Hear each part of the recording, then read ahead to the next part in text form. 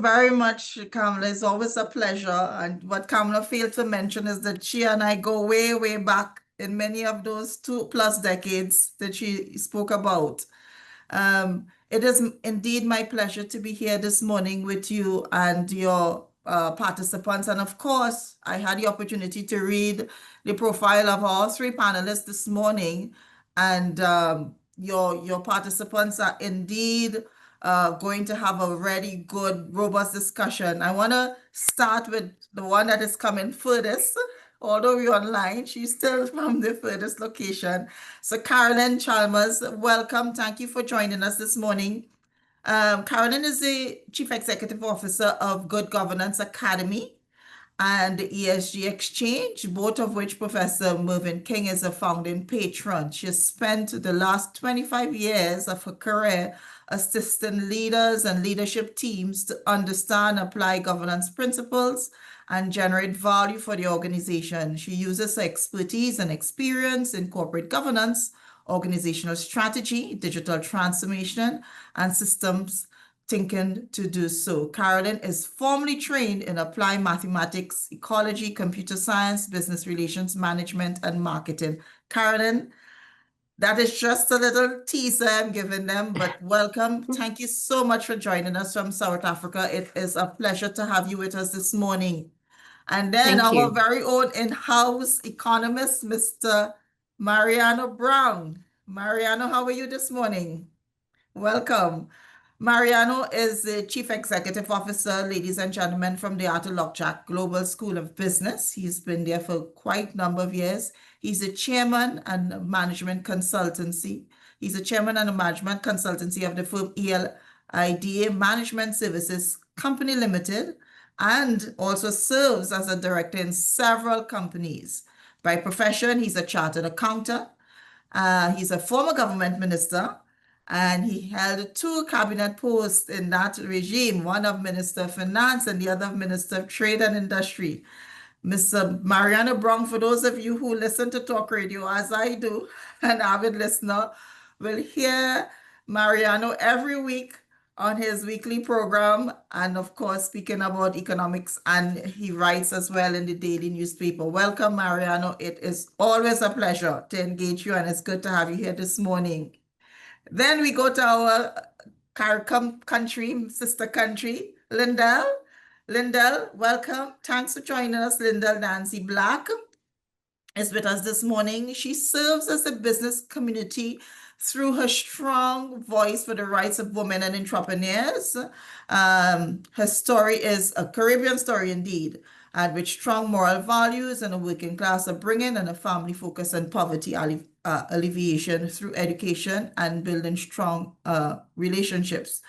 She is the managing director of Cerulean, Inc., a business development corporation, corporate training and business consultancy firm based in Guyana. She's been there since 2012. Lyndell is a certified ILO international trainer. She's also alumni of the Global Women in Management Program and the USA Global Women Leadership Program. She's the co-founder of the first in-Caribbean Women Chamber of Commerce and Industry in Guyana, and the co-creator of 25 Influential Women Leaders Award and Women Leadership Program. And she continues to blaze a trail representing women internationally. Linda, it's such a pleasure to have you this morning. Welcome. Thank you, ladies and gentlemen, for having the pleasure of engaging us this morning. So for participants, just to remind them that the theme of today's discussion is redesigning corporate strategy for multipolar world. So I read this and I was curious, and I said, you know what, I'm going to be mischievous this morning. I am going to pick Mariano's brain a little bit and ask him this question before I get into each of the presentations. Mariano, you know I like to engage you. Tell me, do you think that we're really operating in a multipolar world, or is it still unipolarity, or would you say there is some bipolarity? Do we have a dominant or many dominants? Thank you very much. I didn't expect to be the first person that would be asked a question, but since I am, I guess I'm going to have to. And an off-script question to her. Well, I think the answer to that is yes. Well, we are in a multipolar world, and if we needed any evidence of it, it is the fact that Mr. Trump has gone about destroying all the institutions that were leading us to one sort of unified point, in particular the WTO. And by definition, his Liberation Tuesday has really meant that we have moved away from the idea of a rules-based trading order and the principle of most favored nation status to one in which tariffs will be determined ad hominem if we have to use the example that he is setting. On that basis, it brings to the fore the existence of what one would consider to be the emergence, certainly, of China, and perhaps Russia as a middle power, but not one to be overlooked. And in the Caribbean, we have always been at the center of European, how shall we call it, European rivalry. And that's how we started. And the Caribbean came to fruition literally as the epicenter of all the European global wars. Things have changed somewhat. But what we are also noticing within the Caribbean context is North America attempting to flex its muscles. And within recent times, we in Trinidad and Tobago, as well as the rest of the Caribbean, have a ringside seat in terms of America deployment of a flotilla, a fleet, which includes its largest aircraft carrier, in fact, the largest aircraft carrier in the world. And that simply is a restatement of the Monroe Doctrine. You know, why would one need to restate the Monroe Doctrine in what is clearly American backwaters? And the answer to that, because it sees challenges which it is not able to deal with on a normal basis. So that the evidence of multipolarity is in front of us and has also begun to affect us in no uncertain way. We would have all had to, all over the world, have had to deal with the after effects and the implications of COVID, which literally interfered with, slowed down world trade, if only because we couldn't trade or we closed borders. Different countries did different things, but it certainly affects supply lines. Now that has continued and unfortunately I think has been deepened by Mr. Trump and the existence of the tariffs which he has done, and also to the attempt to impose mercantilist policies. And by mercantilist policies, I mean threats to shipping, the requirement that if goods are traveled in certain ships, then the taxes will be higher, and so on and so forth, and also that ports will be closed. Now that immediately has implications for the flow of foreign direct investment, and foreign direct investment has been a feature of our last 50 years of development on the basis of GATT and the emergence of WTO. Now that sort of what we'll call development perspective has changed considerably, and considerably because America has literally been at the center of the foreign direct investment revolution.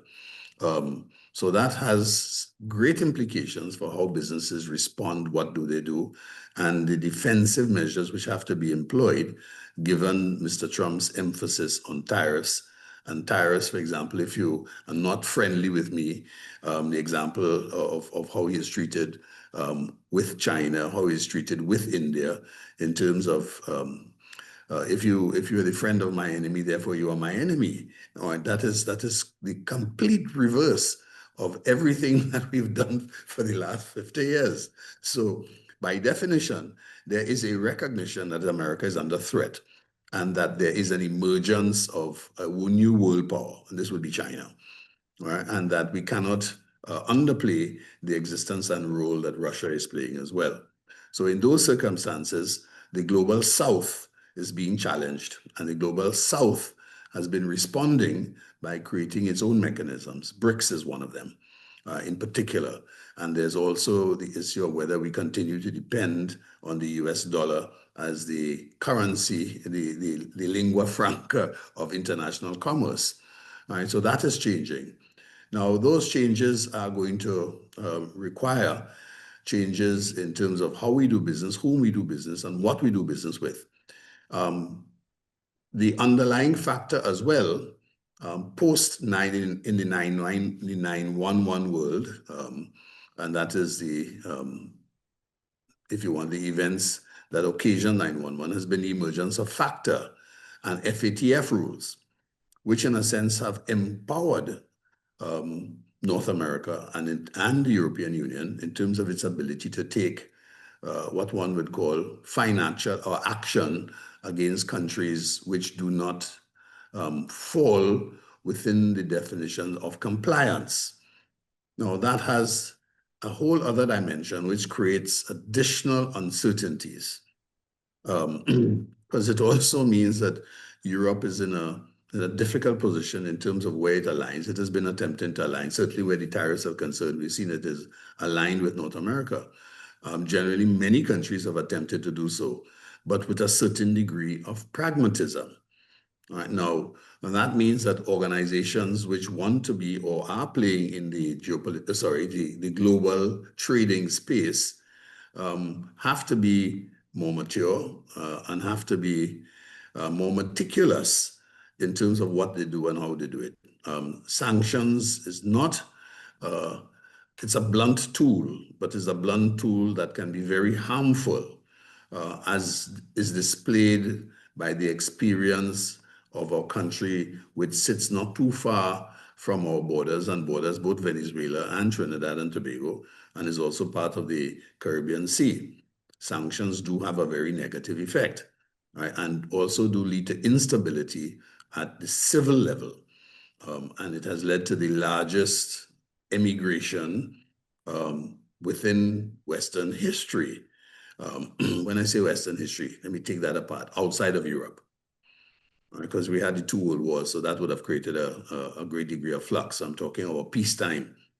So those add to the complexities of doing business. Many of the countries in the West, including those of the Caribbean, also face what one would call a demographic dividend, but it's not a good one, in that we have aging populations which affect productivity.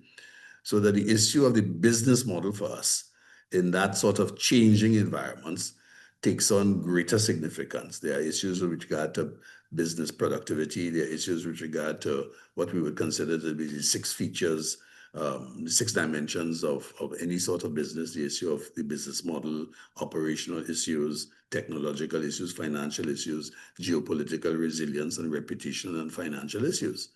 Now, that's a lot to unpack in the boardroom. And there are a lot of things which unfortunately are very live. And as we speak, there's no real guidance in terms of what you have to do. You have to pick your way through it sensibly. And perhaps if there's one piece of literature that is useful, if only because it was written long before this happened, but it, at the same token, it addresses some key issues, and it's called The Theory of the Business, which was written by Peter Drucker. And Peter Drucker raised the issue of, how shall I put it, how do you defend the business model, and how do you know that the business model remains relevant? Well, that's where we are, in a situation where we have to look at preventative maintenance, but at the same token, we also have to ask the question, is the business model that we've developed over the last 50 years, is it going to continue to be relevant moving forward into the future? Now, those are not easy things to unpack from a board perspective, from a planning perspective, but certainly given the events that have taken place over the last 5 years and have certainly been accentuated by the arrival of Mr. Trump into the American presidency and definitely onto the world stage, it has created a great degree of uncertainty. And there are areas which we need to thread carefully within in terms of how we plan and how we adjust our business model moving forward. And in that regard, it's not merely, this is to determine not merely if we're doing the right things, but really and truly speaking, that we have to consider what should we be doing. And I think that's where we are. And I think I'd like to leave it at that point, because I think I've said a lot. And it really cuts. And Mariano, you've left it at such a good point, because that is where I wanted to bring Carolyn in.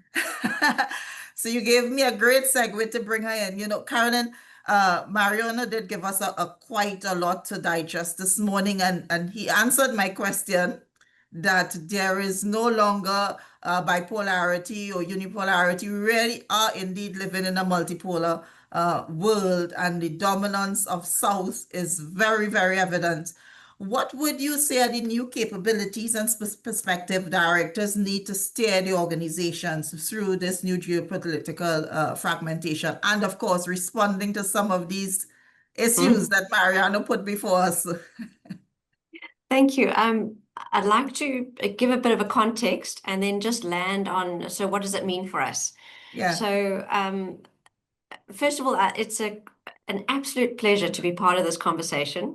And this theme about redesigning corporate strategy for a multipolar world really is, can't be more timely, but I think very complex for most organizations. And tomorrow we're hosting the Good Governance Academy colloquium on geoeconomic risk. And I think that's precisely what everybody is facing right now. And we hear it, and it's exactly where we are. So for the past 3 decades, I've seen that the corporate strategies have largely been built on fairly simple assumptions that the world was really moving towards greater global integration, globalization. But I mean, at that point, we were seeing that trade was open, regulation was converging, corporate leadership was about scaling, efficiency, but that world has changed. We're no longer there. As we heard, now we are operating in this multipolar reality with multiple centers of power, divergent regulatory philosophies, competing economic blocks like BRICS, and sometimes competing values. And we see, and I see this shift really forcing every organization, every board that I've come across to rethink that term resilience, what resilience, purpose, and strategy actually mean for them. In terms of strategic resilience in this world that's really defined by volatility, it can't be about control anymore. It has to be about adaptability, not just adaptability, but adaptability with integrity. In my own work, particularly in the development of ISO 37000, that's the international standard for the governance of organizations. And of course, we're revisiting that again next year in its 5-year review. And of course, in ISO 37004, which is the governance maturity model, applying those, I've really seen how governance, when applied well, becomes an enabler of this agility and not a constraint. But we see that constraint and that control is coming through more and more pertinently and more often, frequently. And too often we see that this is coming through, and governance comes through as the brakes on decision-making. In truth, it should be about, using the car analogy, the suspension system. It should be about helping an organization to absorb these shocks and to navigate the uneven terrain that it's moving through, these multipolar powers of centers of power, and keep moving the organization forward to achieve its purpose, and forward with purpose. I've kind of using the term agile governance to move into this world, and it's a governance that brings certainty to the organization and to the people in the organization. It brings a clarity of direction. It must bring very strong ethical foundations. We can get lost in this world. And it should bring flexibility to adapt without losing coherence, without the moving parts diverging. It really is about coherence. And it's about this agile governance is about bringing certainty to the organization around those factors. Directors and boards that treat governance as a living system, this agile, and not just the checklist, I've done this principle and this principle. Those are the ones that I'm seeing are able to lead through this world with confidence, and also making sure that their organizations are, through their leadership, are confident in moving through this environment. And we see hesitation all over the place, where we see organizations not making decisions, faffing on the sideline, not able to cope with all of this, these moving parts that are happening. And then, of course, not forging forward on their purpose. Just a very interesting point about Global South, and I think for those of us in the Global South, whether Africa or the Caribbean, this new world order isn't simply a challenge, it is also an invitation. For decades, our economies and governance models have been shaped by the forces far beyond our borders, like South Africa to the United States. But I think now we have an opportunity to move from this dependence to interdependence, to redesign our regional systems that really do reflect our values, our realities, and our ambitions, and decouple ourselves from these major influencing powers. Across Africa, we are seeing these new frameworks emerge. We see them in trade and in energy and in the discussions around sustainability. And I see that the same is happening in the Caribbean, through obviously the talk shows and watching the news, where we see regional institutions are creating this space for collaboration. And it's a collaboration that is building resilience rather than rivalry. This is not a retreat from globalization. I see this as more a rebalancing of it, but really deepening our regional cooperations and we need to embed governance, transparency, and accountability. And when we embed those into our partnerships, we are strengthening our collective capability to engage globally on equal terms, to navigate this multipolarity. It's about creating a global economy that is multipolar, is plural, but fundamentally on our basis is principled as well. Just looking at the supply chain, it was also mentioned, I think the pandemic and then more recently our geopolitical fragmentation and trade wars have really shown us how fragile our global supply systems can be, and China mentioning our chips as an example. So it's not just a logistical challenge, this is actually a governance challenge. And the question that our directors and our leaders should ask is, can we source it? And can we trust it? And I think that these resilient supply chains, as we're moving forward, really do require trust. And it's a trust that needs visibility, traceability, and shared values. And I see a bit of it coming through in these sustainability reporting standards, asking and calling for scope 3 beyond just greenhouse gas emissions scope 3, but really looking at the value chain. And we're seeing the shift in these supply chains from where we were as just in time to more of a case of more of a stance of just in case. So from efficiency to redundancy, and really from cost to conscience.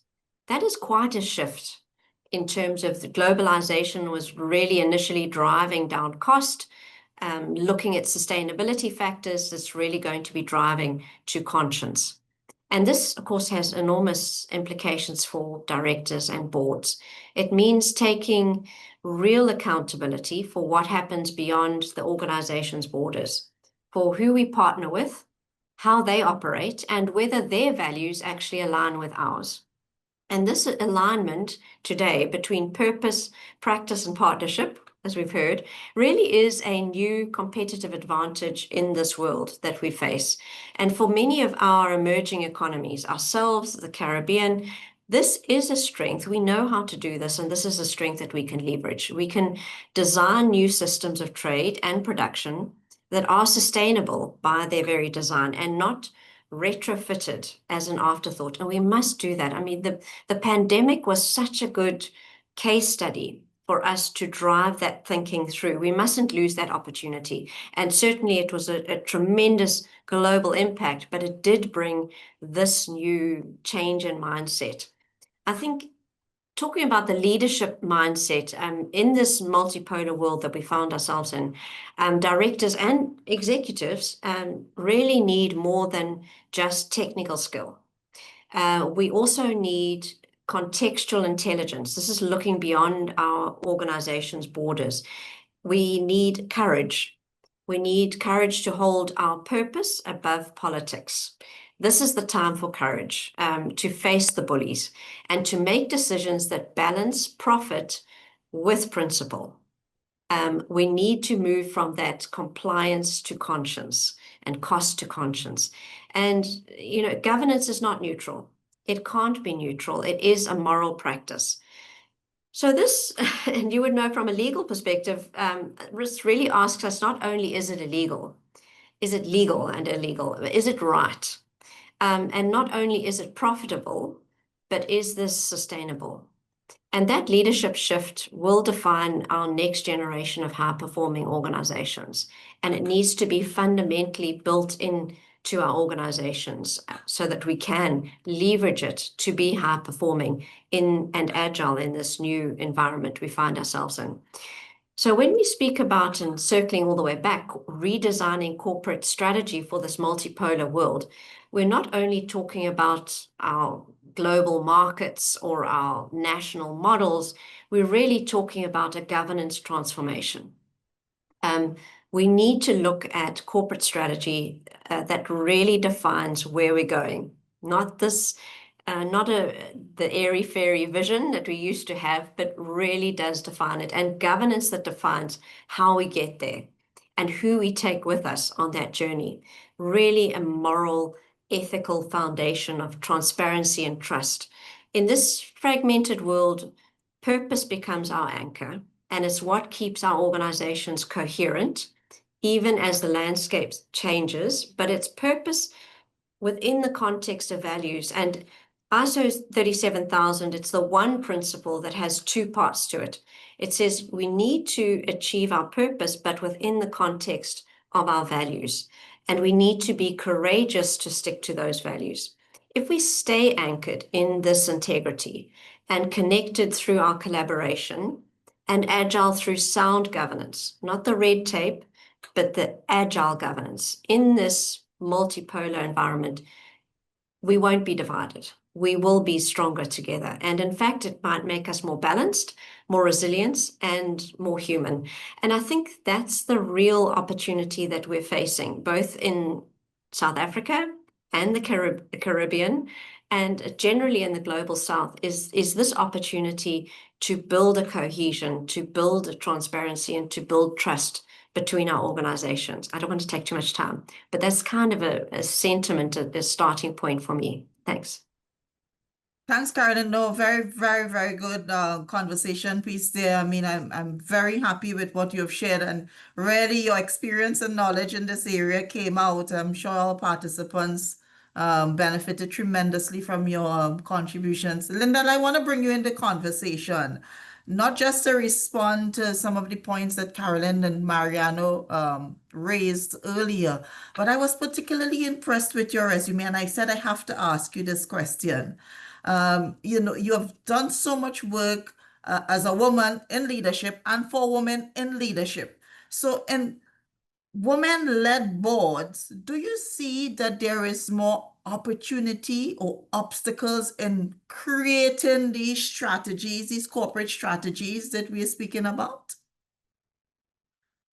Well, thank you. Thank you so much, Sonji, for your question. And it's a pleasure to be part of this distinguished board.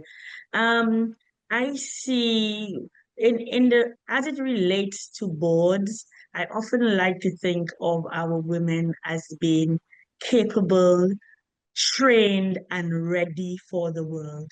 So when it comes to looking at them and seeing them on boards, especially in this multipolar environment, they are ready. Whether they're given the opportunities, it's another conversation. But most times when we speak to women, women are always the ones who are more conscious of things like never before. I'm actually using a phrase from a group of women Never before have we ever had to manage so many generations under one roof, right? And these are the same generations that we have to work with. All of what was said by Carolyn and Mariano earlier, right? They're the ones who have to action a lot of those strategies so that these organizations can be transparent, can be accountable, and can really move forward, particularly after the pandemic, which saw so many of us in the front lines, so many of us still balancing work and ensuring that those organizations are thriving. So when we talk about women, I always like to take a step back and look at women based on their ability to manage, to strategize, as well as to think of the future and where we go as regions, the South, as well as how we play within this ever-changing landscape of global leadership. Because we are now seeing a lot of leadership has changed voices. We have Asia, we have Africa. Years ago, where we looked at a system where we had the global powers, which was the Europeans and the US. Now we have a changing voices. They go as far as Asia. And we, as the global South, we are ready for that conversation. So this is the context in which I see women in the multipolar environment. Thanks, Lyndell. Thanks very much for your contributions. Mariano, I just like to test that brain of yours. So Carolyn dropped a phrase there for me, and I liked it, and I said, this is right up Mariano's alley. Governance transformation and modeling our corporate structure and our corporate strategies to cater for this governance transformation. What are your thoughts on that? Well, I think she's right, but I don't necessarily agree with the basis on which she identifies some stuff. I mean, for example, one of the points she talked about was integrity, which is important. In fact, in dealing with an anarchic business world, because that's, I think, what corporate markets are, and I think that's what international markets are. They're anarchic. That's one of the reasons why we tried to put rules on them under the WTO. But now that we've moved away from them, I am not so certain that those rules operate anymore. But on the basis of a relationship with suppliers, there has to be integrity. Otherwise, the whole basis of trade declines, because the essence of trade is that I know it will arrive on time, or it will arrive in a particular way, and it will meet the requirements that we set out and the standards we set out. So I agree with the concept of integrity in the concept of an anarchic marketplace. I don't necessarily agree with the concept of value, which has a lot to do, unfortunately, I think, with an embedded principle of morality. And morality in the business world, as well as the international world, has several different shades. In fact, a lot of the way that the rule-based order was designed was literally that the Western world had a monopoly on morality where that was concerned. And I think the evidence is quite clear now that that does not exist. And in particular, the undermining of the international system raises a lot of issues with regard to some of the very items that Carolyn pointed out. It's a number of issues in terms of how do we line up, what do we hold on to, and especially if the other side is not going to play fair, how do we handle that? So to go back to some basic principles, the role of the board is to set direction. It is to design how value is created. It is to operationalize how people work, and it's to determine the business model that we will accept and how it will operate.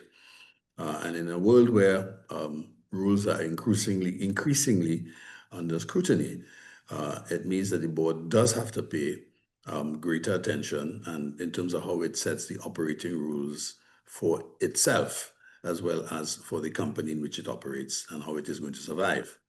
Now, in the Caribbean context, this is particularly difficult because we find ourselves, our trade routes all pass through or have to pass through ports, in particular, the Panama Canal, which is also subject to a sort of American influence, and certainly the intent of American influence within recent times.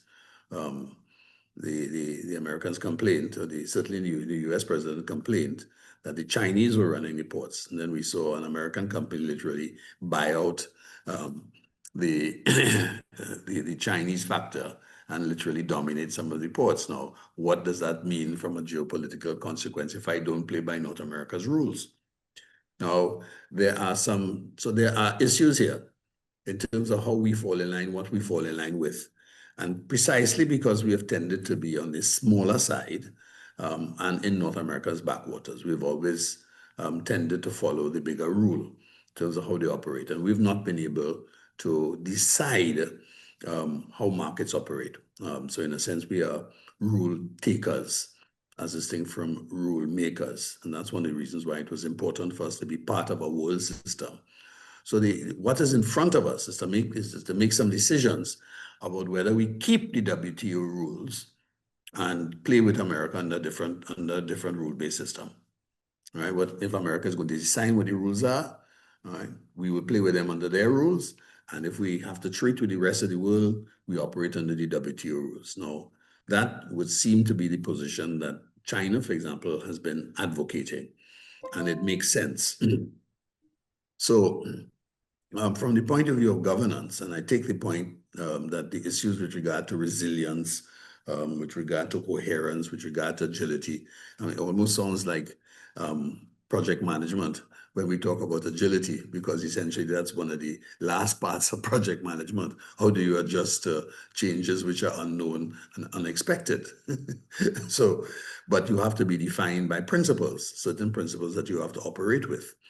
And I accept the fact that one has to, there's a basis for integrity as being one of the critical rules which underlies all business dealings.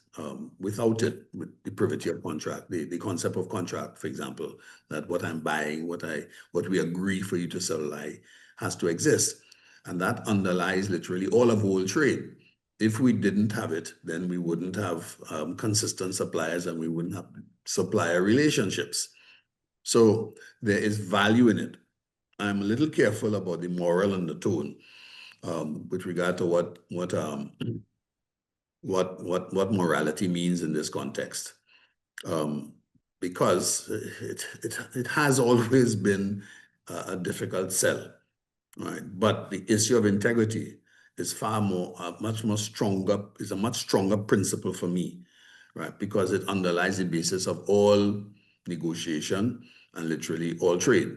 If I don't have a partner who is going to deliver what we have agreed or deliver it in the fashion in which we're going to agree, then I'm not likely to do business with them on an ongoing basis. So even if we have to reorganize, and I think the great opportunity here is for trade with the global South and to move away from the dominance of Europe, which has been a historical factor. That has been the whole independence movement in the post-war years have created opportunities. Right? The difference has been that we've all been geared, or all the former colonies have always been geared to look north to our traditional suppliers or traditional trading partners. What this has done is created a much greater opportunity for South-to-South cooperation, and that is beginning to appear. Now, the principle of that has to be integrity, right? It has to do with the whole question of how we settle businesses. And so that I'm making a distinction now between the underlying concept of moral value and the practical application of integrity, right? That I must get what we agreed. Right? And from that perspective, I think from the issue of the corporate world and the issue of reorganizing the way boards think, I don't think that is any different. I mean, we are talking about the business model. We are talking about the assumptions on which we do business. That is changing, right? Those assumptions, the automatic assumptions in terms of where we will trade and who we will trade with is changing, right? But the principles of trade, I mean, they have been immortal, right? Literally from the time the whole idea of trade, when it first started, you have something that I want. What is the basis of a fair exchange of value? That cannot change. That will not change.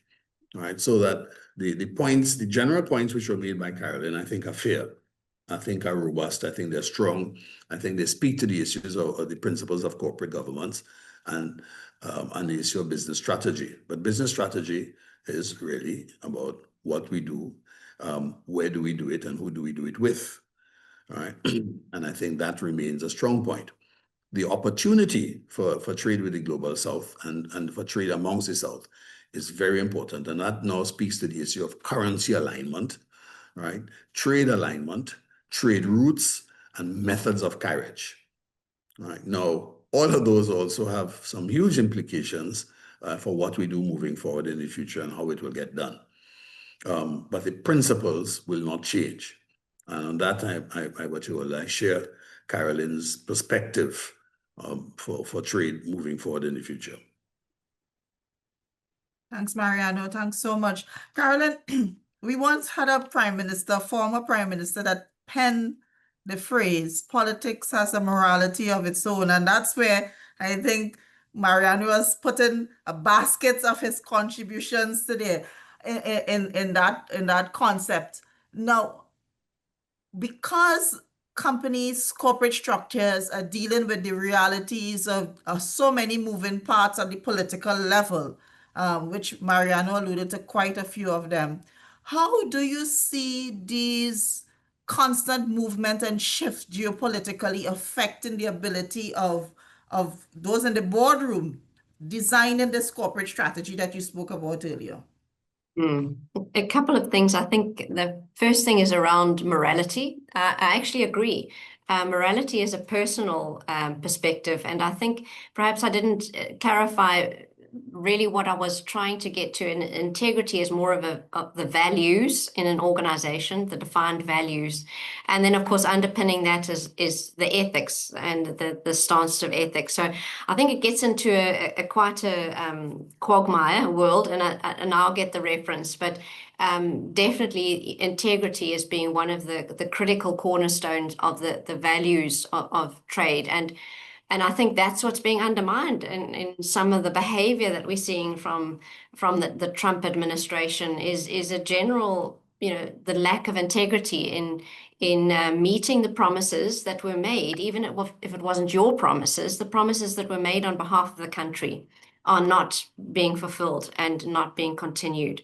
So I do think that we're at risk we're at risk at others taking that as being the way to behave. And so we are absolutely on the same page there.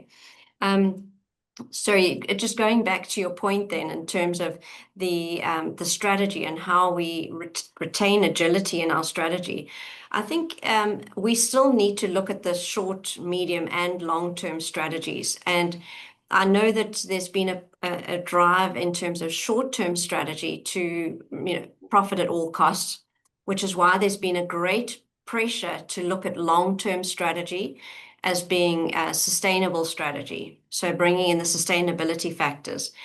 And then medium term is just in terms of how do you bridge the two between short term and the long term, those competing priorities.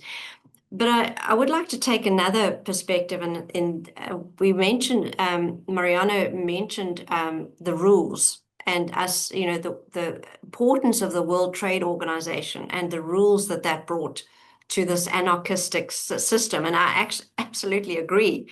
If you leave the corporates to their own devices and you've got teenagers in the room.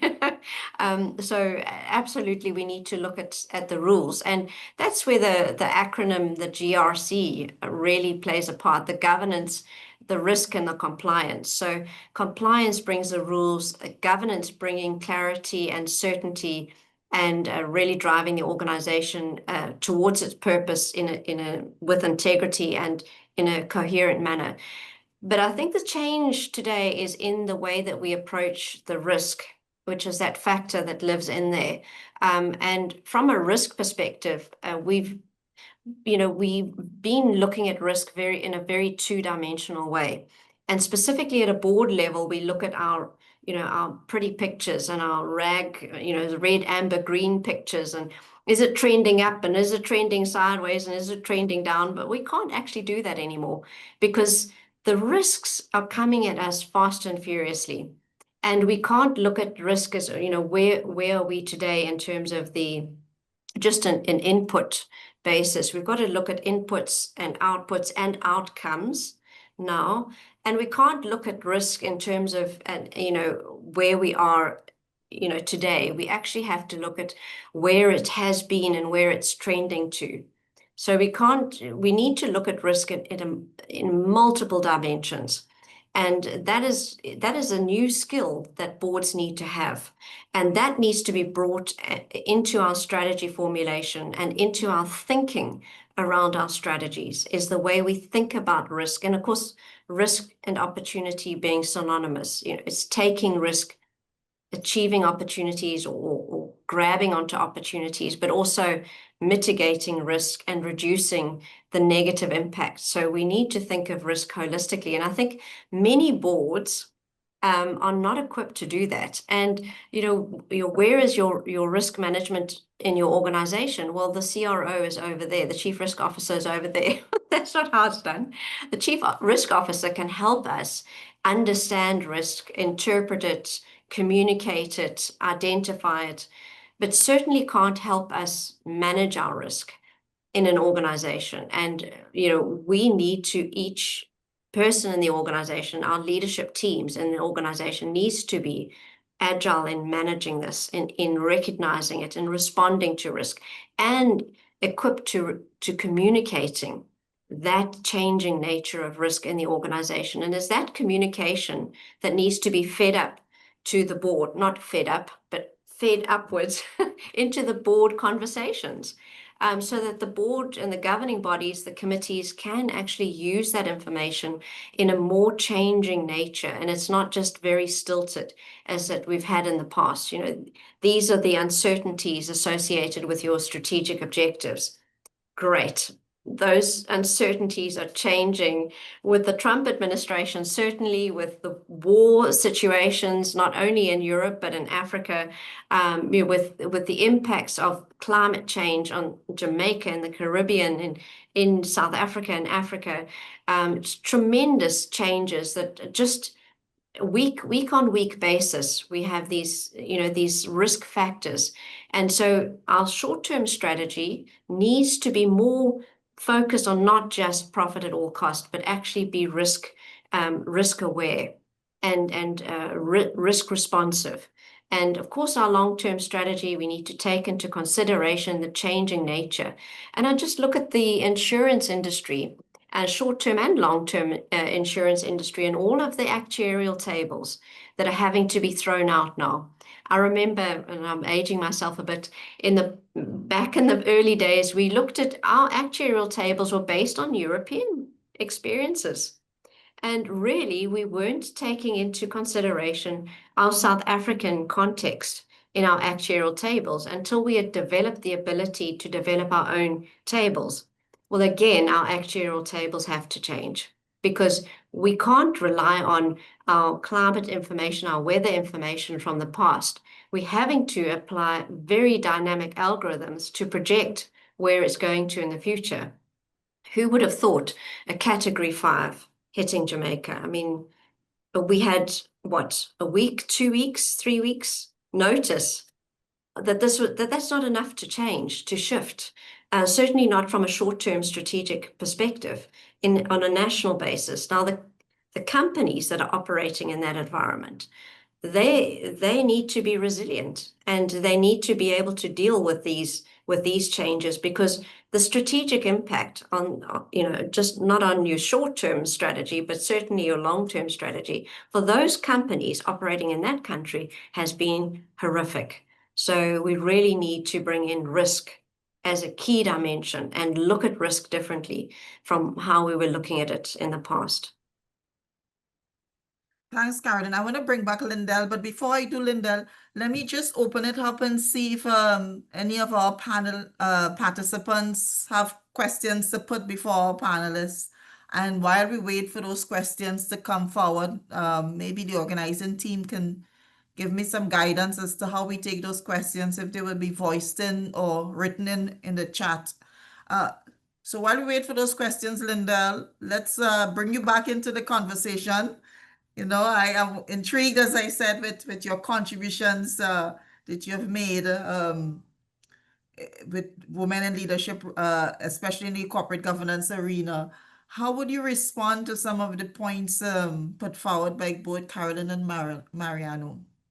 I really appreciate the comments regarding ethics and integrity, particularly now, as well as looking at it from the point of view not just as the board or the governing board, but as a country, what were some of those promises that were made, and how are we now making sure that these are it really points to our multi-generational corporate environment. What are we saying to some of those young people? Is this the way that we govern?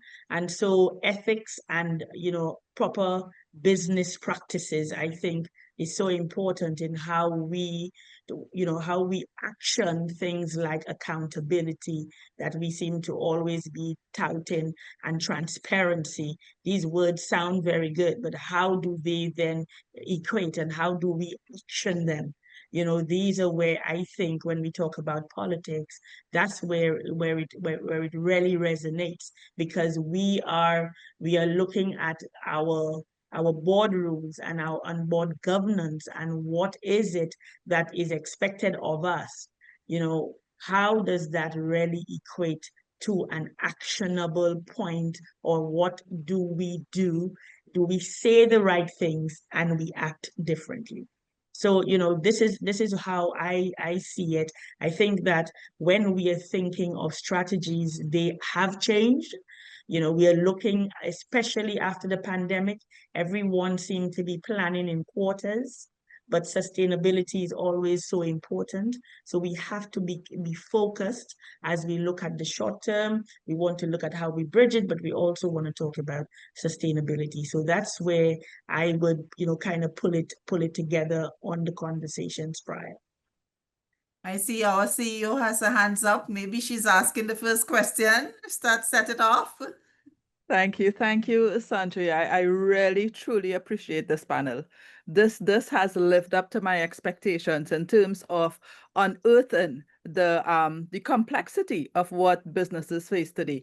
But I'm truly excited that one of the things that I heard very clearly is that it is time for a new world order, and there's an opportunity now for us to be able to build a new type of corporate strategy. Now, my question is, how do we ensure that our boards, that our directors understand the value in that opportunity, and how do we get the quality of leadership to have the kind of collaboration that is required to build a world that we have never seen before? If I can just make one point that perhaps speaks to some of it, but not necessarily addresses it directly. Carolyn made a point about risk and compliance and governance. And this is one of the things that globalization made more complex, because the board deals with very high-level objectives, very high-level principles, but the devil is always in the details, particularly from an operational manner and with regard to supply chain management. And I'll just give you a simple little example. Driving back from Mariano, for those who know, that's on the East Coast. It's and on the East Coast we have a number of rigs. That's where our gas depot, most of our gas deposits are, on a Sunday afternoon. And this would have been when the Ukraine war first happened. So I was more sensitive to some of the developments taking place. So in front of me was a truck, and the writing on the barrels in that truck had me confused because I hadn't recognized it before. But eventually when I looked it up, I discovered that it was Russian. And it turns out that they were using Russian cleaning fluids somewhere on the rigs. Right?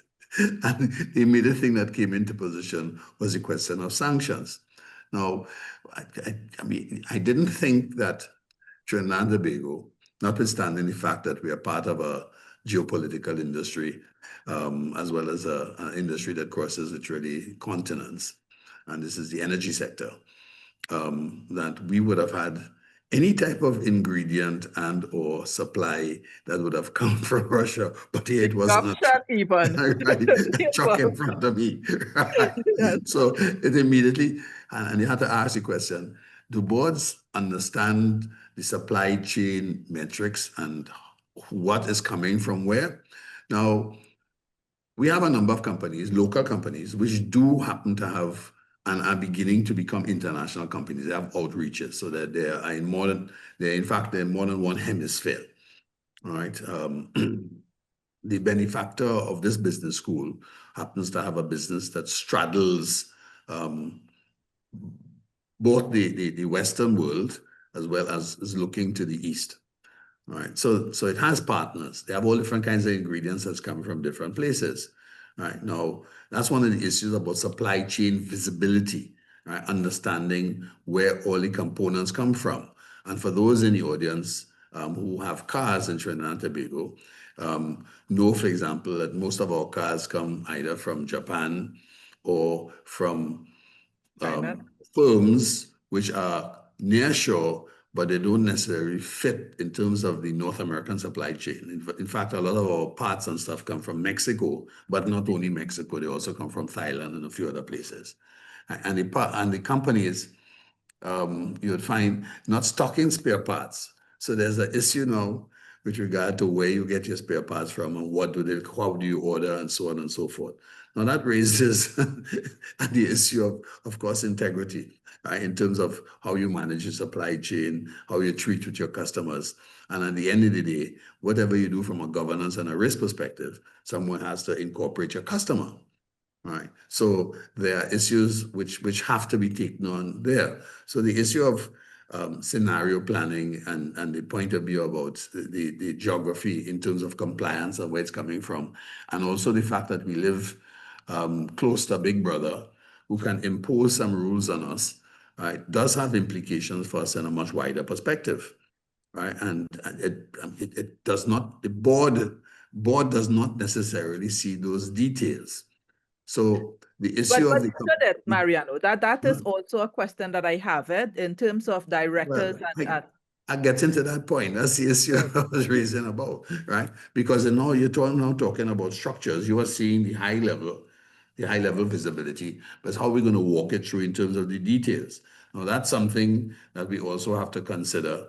And quite frankly, it is a much more complicated process now because of the influence of globalization. Parts come from places that were not normally on your radar. And sometimes you are exporting to areas which you were not clear on before, not necessarily because you were exporting directly to them, but it will get to that, it will get to those locations depending upon who you're using.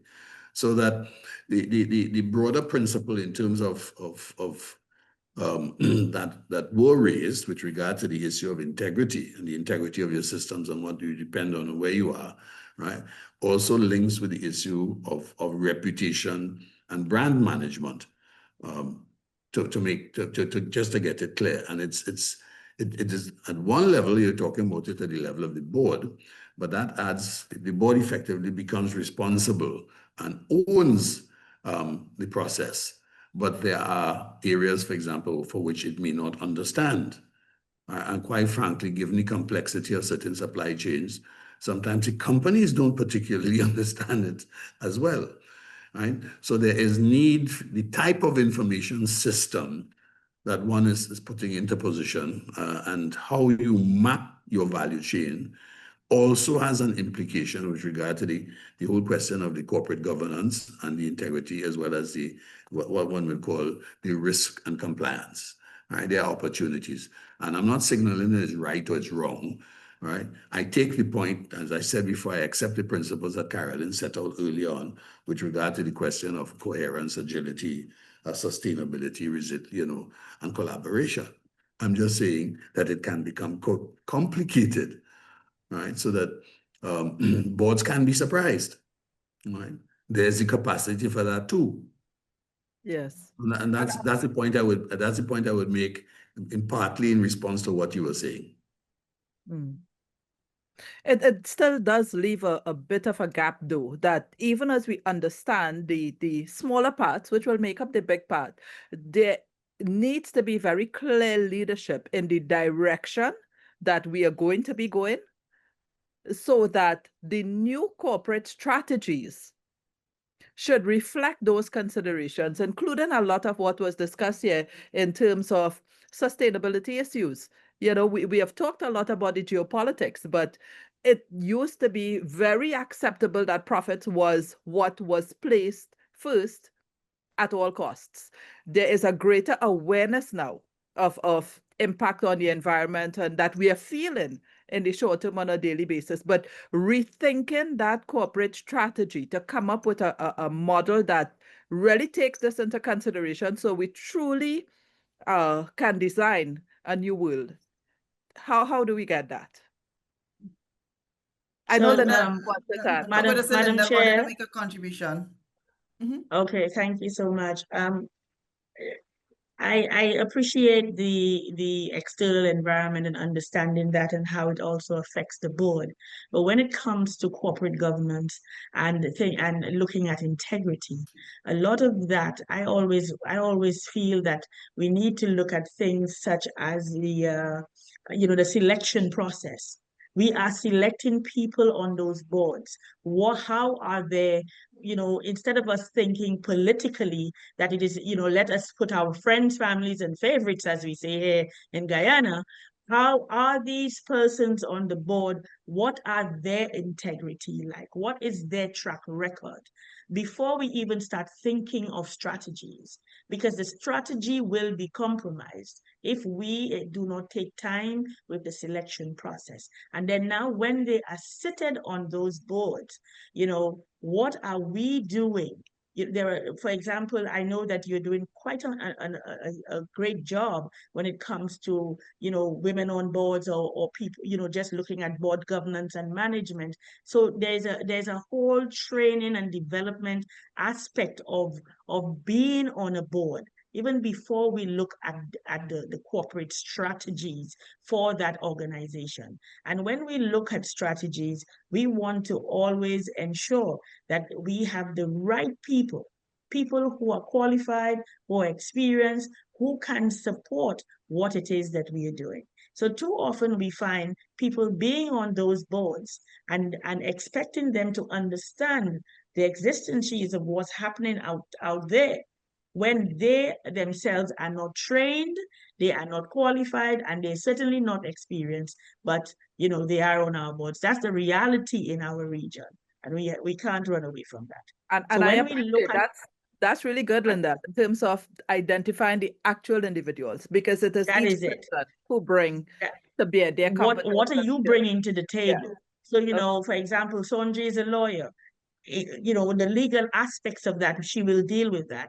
I'm in maritime transport and tourism. Why would I be looking at legal, right? This is my area. So if this is the type of organizations that we are dealing with, then we have qualified persons on those boards who can work those strategies, understand the issues of the pandemic and all what is happening now, so that we can develop those strategies that we need. Okay, thanks. If I can jump in, sorry, Kamala, can I jump in? So ECODA, the European Directors Institute, they shared a finding report recently that 13% of directors in Europe, European directors, are qualified to be directors or understand enough to be directors. 13. So that's kind of like 1 in 10. If you've got a board, one of your board members will be qualified to be a board member. And that really just goes to show and just underscore what you say, Lyndell, is that we really need the training that Kamla's putting out, and to get directors really on top of what their duties are. And it's changed. The professionalism of boards, where boards were in the past, is not where boards need to be today. And that, you know, friends and family, it just can't work in today's world. And the other one is a big problem we have in the African culture is one of deferring to your elders or the wise ones. And when you get political appointments happening on boards, even though the directors know that they should be acting in the best interests of their organization, they have been political appointments, they're going to defer to their person that they appointed them, just by inherent culture. So we also have those difficulties. I just want to do a little bit of underscoring of what you're saying. It resonates with me strongly. Thank you. Yes. Thanks, Carolyn. Thanks, Lyndell. Kamla, I don't know if the team had any questions coming in from the participants. No, I'm not seeing any questions in the chat, but I have a burning question that I must ask Mariano. I think you might have had it in mind to ask him, but we can't let this opportunity pass. You know, he's in charge of the business school, so therefore, his thoughts is going to guide and resonate a lot with our business community. Mariano, the biggest warship is on its way. Yes. What should businesses in Trinidad and Tobago be considering in terms of their short-term strategy in preparation for what quite likely is going to be a very new world by the time that warship leaves the Caribbean waters? Well, I think we have to be fairly pragmatic about how we address this matter. In the short run, there will be some, how shall we call it, dislocation, and there will be some feeling of insecurity. On another side, it could also mean that the shipping lanes and the shipping companies will feel very happy. Although there's never been any real threat to shipping in the region since the Second World War. The only threats that we have had have been climate threats and periodic at that. Right? So I don't think that that's going to matter much. I think the greater issue is with regard to the internal trading environments that will take place in terms of Guyana, Trinidad, and in the larger perspective across the region in terms of what would happen from a tourism perspective as well, a tourism product. Now, the issue that I had raised in terms of supply chain complexity, and going back to the issue of corporate strategy, I don't think the principles of corporate strategy are going to change. I think they will remain the same. The point that I was trying to make is that the information sources and the clarity of that information source has to match the points that Carolyn was making with regard to resilience, with regard to the integrity of our information system, as well as the issue of collaboration and sustainability. Who do we do business with? So I'm not bothered, for me, from a personal perspective, from a risk perspective. I don't see that the deployment of the fleet, of the US fleet to this part of the world as an attempt to, I don't think it will affect the shipping lanes. Clearly, if there is military action, it will affect shipping and will affect what will happen on scheduling. Right? Now, from a wider perspective, I don't have the same fear, if only because the disposition, the fleet disposition, and the numbers that are included therein are not sufficient to lead to an invasion. So I'm not concerned. It's really about a demonstration of strength. It's really about a demonstration of geopolitical power, right? And it's a statement that's not directed at the Caribbean, or indirectly, the Caribbean could take whatever information it wants of it, but I think the message is being sent to China and Russia, right? And in particular, the deployment of Russian assets in Venezuela, right? And in the context of North America, every country in Latin America is small, right? So that we don't have the ability, and none of us have the ability to change North American policy, right? And we certainly don't have the ability to change North American systems of governance, right? So the reality is that we have to be focused upon what we must do. And in terms of a short run focus, I think that we could very easily get distracted by the prospect that something could happen. Right? I remain pretty confident that nothing will. And if there's anything that will happen, it will be a targeted operation and not targeted to the west of the wider Caribbean. There's one problem, and America is trying to solve it, and it is a reflection of American insecurity. Let me put it that way. It is a reflection of American insecurity, and I don't think the rest of us have anything to fear from it. So we have to invert our level of thinking in terms of what we do, given, I think, the wider geopolitical issue and corporate strategy therein. Now, many businesses in the region have been attempting to, how shall I put it? We all have to export more, right? The issue is to export where.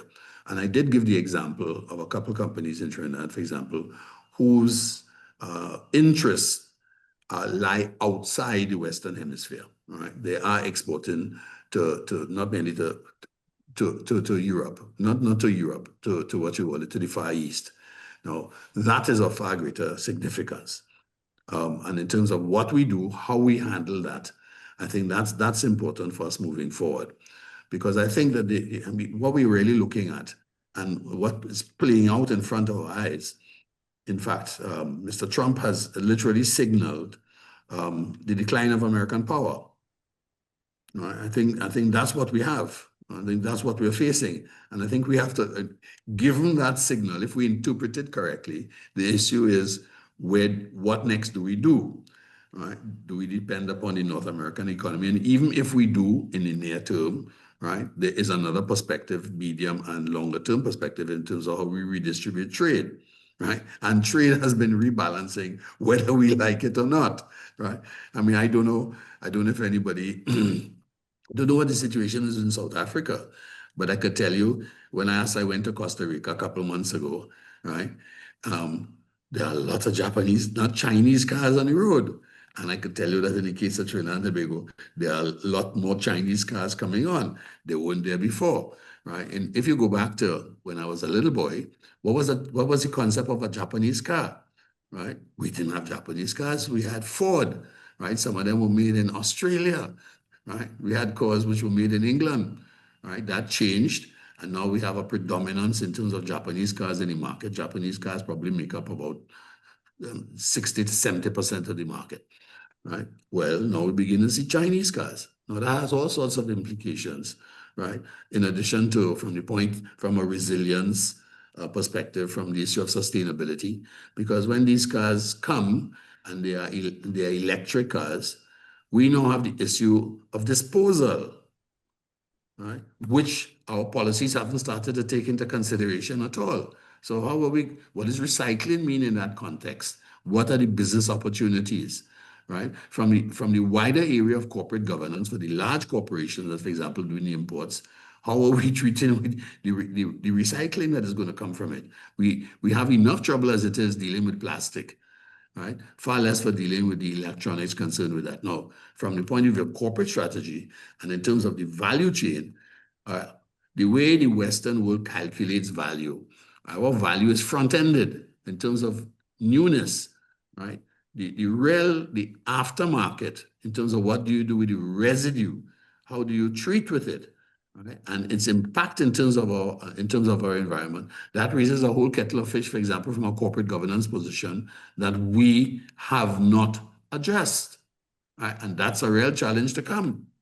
So, in the short answer to you, in terms of North America's deployment in the region, doesn't bother me. I'm not concerned with it. I don't see it. I don't see it as a threat. Thanks, Okay, great. Mariano. Guys, we have about 8 minutes left for this panel. We had only one question coming from Edwin Wellington, but I think you answered it, Yeah, Mariano. So I will just check again to see if any of our participants have any questions to our panelists before I invite each of them to just give a 2-minute closing remark. 2 minutes. Carolyn? I have a question for Mariano, just because of where you are. In South Africa, we've been hosting the G20 this year. And next year we hand over to the US. What is your sense of that, having worked in this kind of environment? What are your expectations of the US hosting the G20? Well, I mean, if it's any example of what happens with the Summit of Americas, I don't know if you know it, the Summit of Americas was meant to bring Latin America together. Well, to bring Latin America together. But it has always, well, leave out Venezuela. Sorry, not leave out Venezuela. Leave out Cuba. We don't want Cuba in it. But hang on a second. It's really meant to be about what we do to bring the countries together to build a more sustainable environment. And unfortunately, sometimes it has been an expression of North American preferences, right? As distinct from what is really required to bring together.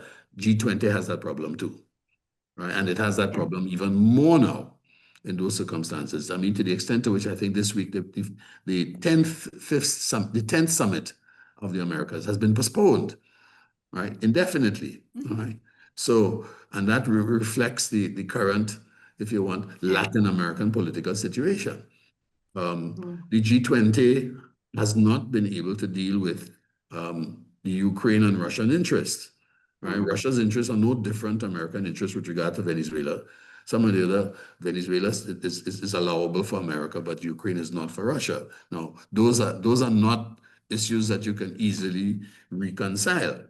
And Europe has clearly lined up with North America. So I think that the G20 summit has some serious issues they have to address. Thank you. Thank you. That's very insightful. Thank you. Yes, the Summit of the Americas was supposed to be held in the Dominican Republic in the month of December, in a few weeks. And Mariano is right, it has been postponed with no date of its postponement being announced. So that was interesting development that happened only this week. Panelists Carolyn, Mariano, Lyndell, it was such a great pleasure moderating with you this morning. You've shared so much of your thoughts and perspective on our topic this morning. I'm sure panelists are very complimentary in terms of the information that they received from you this morning. In our last 4 minutes before we end our panel, I didn't know if any of you have any additional contributions to make. So actually, by my clock, it's just about a minute or so remaining. Oh, 60 seconds. So it's we just will sufficient ask time to... each of our panelists, yes, to give their closing thoughts to us. Yes. Nothing further from my side. I've really enjoyed this. Thank you so much for the invitation. It's always lovely to join the CCGI in its discourse and its discussion. So thank you so much. And thank you, Carolyn, for sharing your webpage. I actually opened it while we were chatting, and I am actually going to spend a little time looking at it. Thanks for sharing that webpage earlier. Absolute pleasure. Thank you. Yeah. I want to thank Carolyn for the ideation that she brought to the program. Certainly, it was some dense concepts, right, that re-emphasize the basics of corporate strategy, which won't change. And the fundamental issue from where I sit with regard to the business is really about what is the right thing to do in the broadest sense of the term. Thank you. Thanks, Mariano. Lyndell? Okay, for me, I just want to say thank you so much to the August panel. I think the words are adaptive, decentralized, and maybe purpose-driven strategies is what we need to be looking forward to. Just to say that I am from St. Lucia, not Barbados, but I am truly a Caribbean girl. Just wanted to tell Kamala. But thank you, Sonji, for your moderating. It was really good. I had a good time. Thanks so much. Thanks, guys.